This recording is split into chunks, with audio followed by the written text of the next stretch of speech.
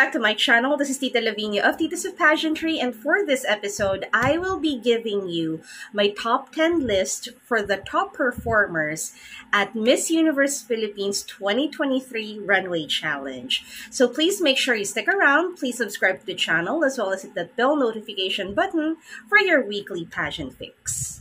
Hey guys, I hope that you're doing well. I know I'm a little late with this content. I actually debated on whether I would push for this, but they did mention that for the Runway Challenge, the voting will be between April 24th up until April 30th. So today is April 30th, and then earlier, we just finished our Sunday live sesh. So I was waiting for the results of the Runway Challenge, but there hasn't been any results yet. So I think I can still push this a little further, although I am pretty sure that even after publishing this video for you, it probably won't sway the voting public, and my list probably will not be reflected as the same list as the winner's circle as it usually does during this Miss Universe Philippines challenges. But I'm gonna try anyway because I feel like when it comes to the Runway Challenge, yeah, why not go ahead, give credit where credit is due. So I am pretty excited to give you this list because I love it whenever I ruffle feathers. I mean, I love it whenever I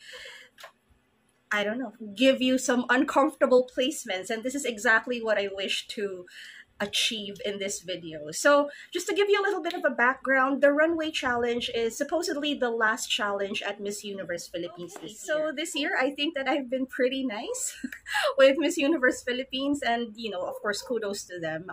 This year has been less dramatic.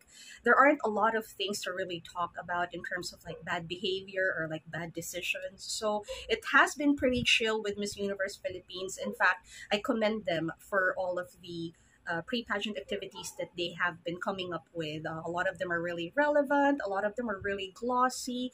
These girls have been around the Philippines. They went to Boracay, they went to Palawan, and then they're going to Leyte, of course, for the national costume shows. So it's been very glossy. Let's say hello to Elvis. He's a little shy, but anyway, so yeah, it's been pretty good in terms of like sponsors and visits and appearances with these girls. Now, if I have been sounding like a broken record, in fact, the only thing that really irks me about this edition of Miss Universe Philippines is really the quality of the output, and this critique is really very evident with the way they released the Pasarela or the Runway Challenge video. So I know this is a little uncomfortable to talk about right now, but I just want everyone to know that I recognize the same things that you've been recognizing when you started watching this. So I want to start first with the production because number one, I commend them for using the park space at Arroceros. I mean, I can definitely understand why they picked this place. The park really has this good runway system, walkway system. It's really nice to capture.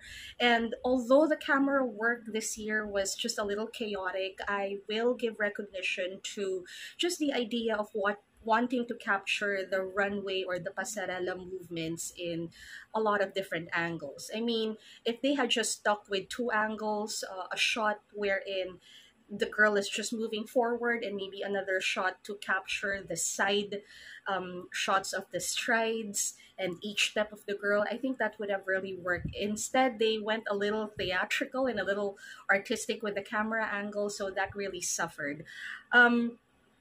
The park itself is just a really good idea to also promote Manila, to promote that park. It didn't really have to have a lot of decorations because the trees could really make up for the whole setup. They opened up the lights for the fountain, so I thought that was a really good touch. I think the whole thing would have worked for me if they had shot the Pasarela or the Runway Challenge video at night, because during nighttime, they get to turn on the Capiz lanterns, and the whole area just looks really more magical. And my critique with having to do the shoot in the afternoon is number one, that's also probably the reason why they diffused the light. They made some changes with the lighting and the filtering.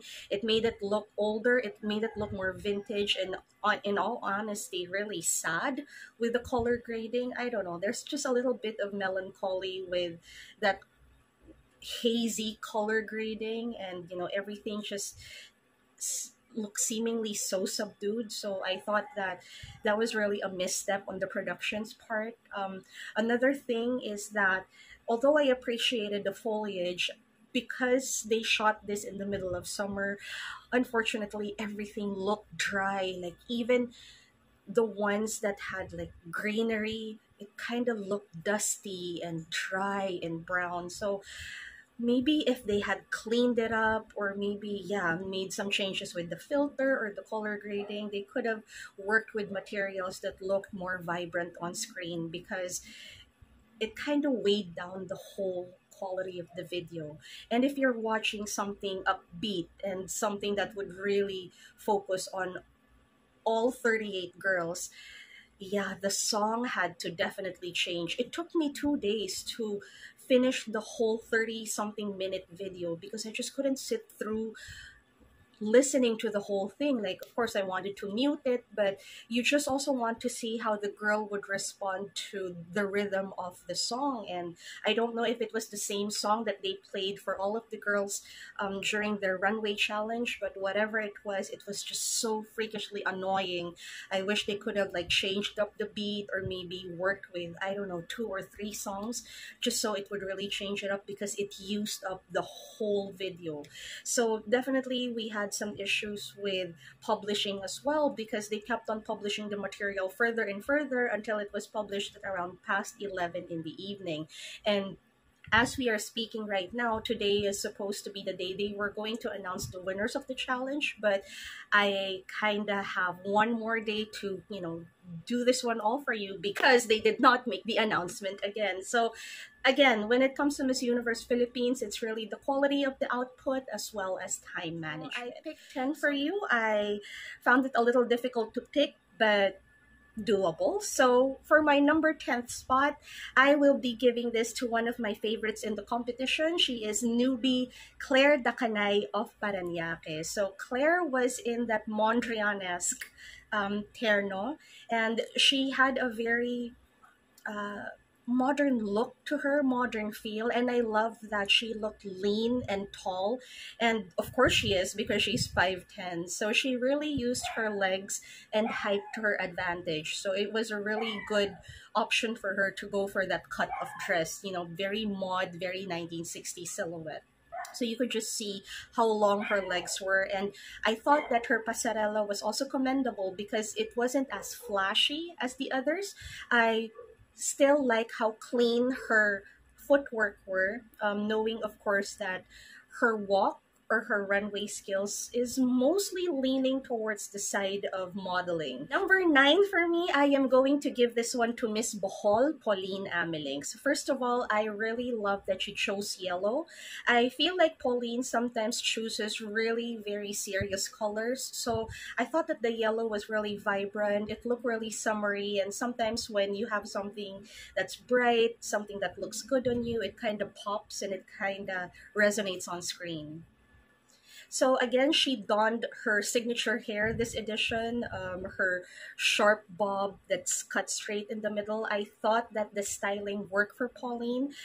Knowing that pasarela is not really Pauline's strongest skill, I put her on my number 9 spot, because number 1, the improvement is evident.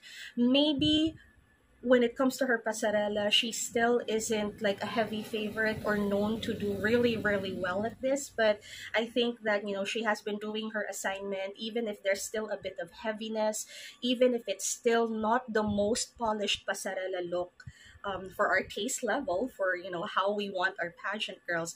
I think that Pauline has done enough to secure her place. Number 8 for me, I think this is going to be very surprising for a lot of the pageant fans out there watching out for this season, because number 8 for me is Miss Baguio's Krishna Gravides. Now, I know it's no longer a secret to a lot of you that I have been mentoring Krishna, so I know that a lot of you will also assume that just because of that, I'm going to lift her up my list. So just based on Krishna being Krishna, I still added her to my list, because I've seen her. I know how strong she is when it comes to her pasarela skills, and everything is still in full display. In fact, a lot of us have been anticipating her performance at this pasarela challenge. However, she is at my number 8 spot, mainly because her styling overpowered her performance at the runway. Now, you might think, Tita, can you elaborate a little further? Well, I feel that her footwork are clean. She knows how to move. She already has the ingredients of, really good runway walk. But you could also see that whatever she came out looking at, it kind of affected her whole performance. So because I had a little bit of access with her, of course I asked her about this, and I wanted some clarity on that hair and makeup, because I wouldn't approve that. If that were up to me, I wouldn't approve that. And then she mentioned that it was a last minute decision from the team who handled hair and makeup at Miss Universe Philippines, and she was literally about to go out. It was about her turn when they pulled her aside. They braided her hair, they put her hair in the bun, and then wrapped her braided hair with, no, wrapped her ponytailed hair with the braided hair. So yeah, the whole works, and that they even added like more silvery glitter to her. So the way I am reading it, she didn't quite perform as well as she should have, because she had extra baggage from the styling that she wasn't really keen on. So she's pretty aware that the styling definitely weighed her down. So if it were just the hair and makeup, yeah, it was just really unfortunate, because for a lot of us, we couldn't really focus on where she was really good at, because the hair and makeup really was jarring. And apart from this, I think that this shade of blue isn't Krishna's color, so it also kind of weighed her down. Number 7 for me, and I think this is also going to be very exciting for you guys, and also a little concerning as well, because I'm going to talk about the heavy favorite, and knowing that she's in number 7 must mean that she didn't quite do as well as expected. But my number 7 still belongs to Davao del Norte's Claiza Castro, who I know a lot of you have recognized as one of my favorites in the competition. Now, I know Claiza to be a really strong walker. This has been proven many, many times, but I don't know also what happened here. I felt that she performed. I felt that she was just in the middle, actually. Or maybe because I have high expectations of her, that, before watching this runway challenge, I was already fixed in my head that she was going to pretty much ace this. So when I watched her, and it seemed that she, just did pretty well, nothing super crazy, nothing mind-blowing. I think it was just a comfortable position for Claiza. She could have really gone the distance. And I think also one of the reasons that made me decide not to really lift Claiza further up, despite my favoritism, was also because of her overall styling. I thought that it was just a little too much, a little too funky. I know that they were really going for something vibrant, something youthful and colorful, but it just doesn't fit for me, because I feel like Claiza is more of an elegant girl. She's more on the sophisticated side. So if you put her in something really funky, something really fun, something that's more editorial and sexy, something that has like so many colors, urban, maybe this just really doesn't work for Claiza's personality, or at least how I see her. So my number 6, I will be giving this to Pampanga's Angelique Manto, who I think is really steady in this competition, really consistent in the competition, and more than anything else, she had my most favorite wardrobe, my most favorite look. I thought that the dress was just absolutely stunning.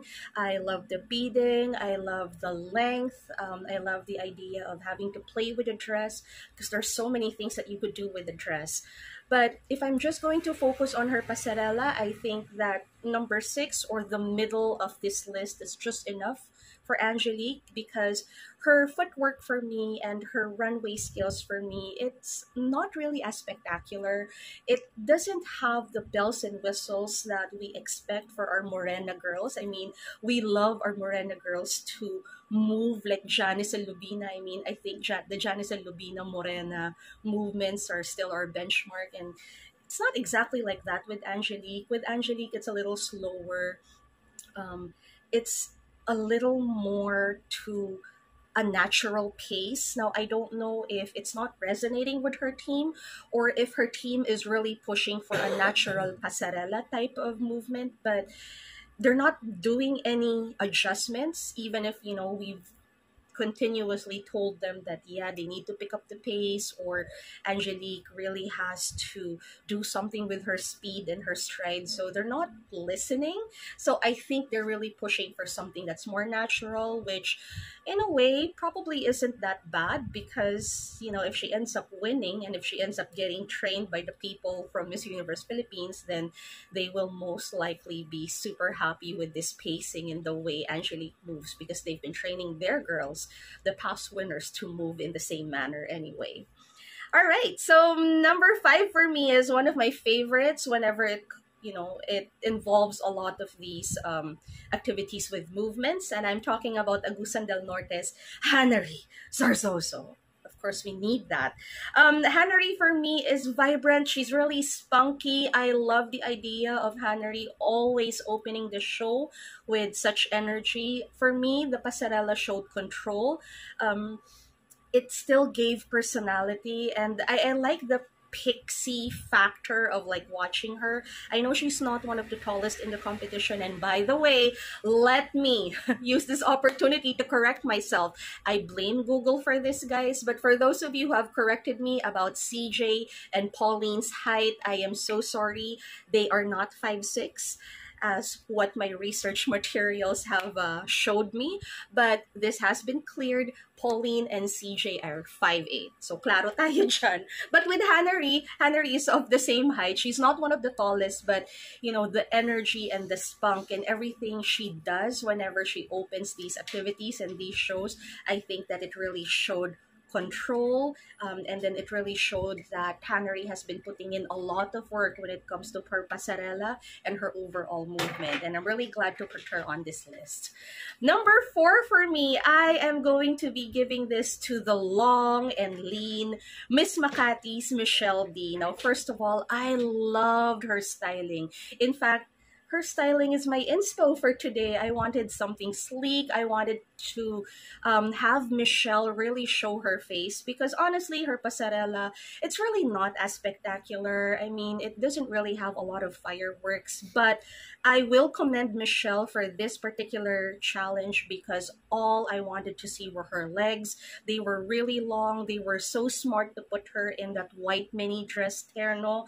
I thought that she looked a lot softer, and honestly, if they are thinking of redoing her look, redoing her vibe, that pasarela challenge look and the way she projected herself for me is the best and the warmest she has projected herself. And if she wants to go by that hair and makeup, I fully support it. I thought that she looked really youthful. I thought that she looked happy, because most of the time she always looks so fierce. So I think that the pasarela skills are commendable, but I'm looking at this as an overall sort of thing. So for me, everything is a check. I just wish that, before going out, somebody checked on her wardrobe, because she was walking the whole time with a really huge dent on her butterfly sleeve. And that to me was a little distracting. And sometimes when something so small is just so distracting, it kind of ruins the whole vibe. So just a little thing, I just wish someone checked her wardrobe. Number 3, I'm really happy to have her added on my list, because, yeah, no one really talks about her, but yeah, someone really has to recognize really clean footwork. And I'm talking about Marinduque's Christine Salcedo. Now, Christine Salcedo has been heavily promoted by aces and queens, and I definitely understand now why this is so. She moves like a model, like, you know, this isn't really a pageant girl, but this is someone that probably works in the modeling industry. She does have that control, and she does have that stretch in her legs, and it's a little difficult to articulate when it comes to having people really picture what you have in mind. But when I talk about pasarela, when I talk about the stretch in the leg, it's that curve, it's that really beautiful line that you get to see whenever cat walks, or catwalks, or I always reference this. America's Next Top Model, my favorite cycle was the cycle between Naima Mora and Kaylin. So I thought that from America's Next Top Model, these two were the ones who really offered two different catwalks. So I always reference them because one was like a little more fierce, a little more persuasive with her walk. But Naima was the one who seemed like she was gliding on water. So every time I see a girl who could pretty much replicate the same energy, it kind of reminds me of like how good these two models were during the final. So kind of reminds me of Christine Salcedo and how clean her strides were. Number two for me, I'm really excited for this one because I know a lot of you will disagree, but I will be adding Miss Zambales, CJ Opiaza, to my number two list. Now, let's talk about like what's great about CJ. Now, CJ definitely is a pasarela girl. Like, she's a body girl, she's a swimsuit girl, she's a pasarela girl. If there is one thing that is reliable about CJ, it is her footwork. It's the way she commands the stage when she performs walking. She knows how to move, she knows how to give us a show. You know, she knows these little tricks that are really very impressive for a lot of us pageant fans. Now, I thought that she aced this. In fact, she is the best walker for me. But Tita, if she is the best walker for you, why did you put her in your number two spot? Now, the reason for this is because, again, this was shot in March. We are already approaching May. So that whole April was CJ's time to really reassess herself, transform herself, make the necessary adjustments and changes. So when you look at CJ now and the way she projects herself and the way she fixes herself and the way she walks and presents herself, it's definitely a lot different from how she was when she first started out as a candidate at Miss Universe Philippines and how she was in March when this was first shot. So what I'm just saying is that her movements at this Pasarela Challenge were so uncontrollably MGI. Like, maybe because it was the length of the runway that she couldn't help herself but flip her hair or like make these gestures or like give us that sexy eye, sexy look. She just could not help herself. But maybe if they did the Pasarela Challenge now or the Runway Challenge now, it would be vastly different. But yes, in terms of skills, I thought that this belonged to CJ. But because of the unnecessary movements and because her movements during the Pasarela or the Runway Challenge just did not reflect what was required at Miss Universe, she's at my number two spot. However, I am glad to announce that my number one spot for the Best in Runway Challenge is probably someone that you've been eyeing but don't have the confidence to really declare, but I don't know. Before I go ahead and reveal that to you guys, I just want to commend a few ladies. I want to commend Miss Batangas, Karen Olfato. Had my list been longer, I would have added her. I thought that she was really elegant, really sophisticated. She kind of reminds me of Karen Lori Mendoza in the way she carries herself. Huge shout out also to Miss Pasig KALINAVEA-HUFF. I thought that her pasarela skills have vastly improved. I thought that she had more of a spunk when she did her pasarela. I also loved Sorsogon's Rain Hillary's dress. It was like a Mountain Dew colored yellow lace. I thought that it was a really pretty shape. I thought that the shade of yellow really popped. So kudos to Miss Sorsogon. And yes, if we're talking about my best dress, I mentioned it earlier. I'm gonna mention it again. My best dress for this Pasarela challenge was actually Pampanga's Angelique Manto. I'm still not over that blue. It has all the trappings of Cinderella and Elsa and everything I love about Disney. All right, so moving on to my number one spot. I love her movement. I love her confidence. I love how long and lean and in control and calm she looked on the runway. I absolutely loved her castle dress. I am talking about Surigao del Norte's Hyra Betito. Now, I know that she probably is not on your radar, but I'm going to push you out of your comfort zone a little bit and allow you to go ahead and check her out, because out of everyone else, she was the one that we really didn't have a lot of expectations. She was the one who just pretty much, cruised along the competition. But this is an important challenge, and for me to even recognize how good she was in the challenge, even acing the seasoned pageant girls and the seasoned models in the competition, I think that this was a really, really good move for Hyra, the team who trained her, as well as her management in Cebu. So there you go, guys. I hope that there's still time for you to change your mind and also support the girl who is deserving to be recognized for the runway challenge. But if that doesn't happen, if the roster of winners does not reflect who actually performed, that's fine. And I hope they can do even better in what's remaining at Miss Universe Philippines. So for now, thank you so much, and I'll see you, of course, very soon. Bye!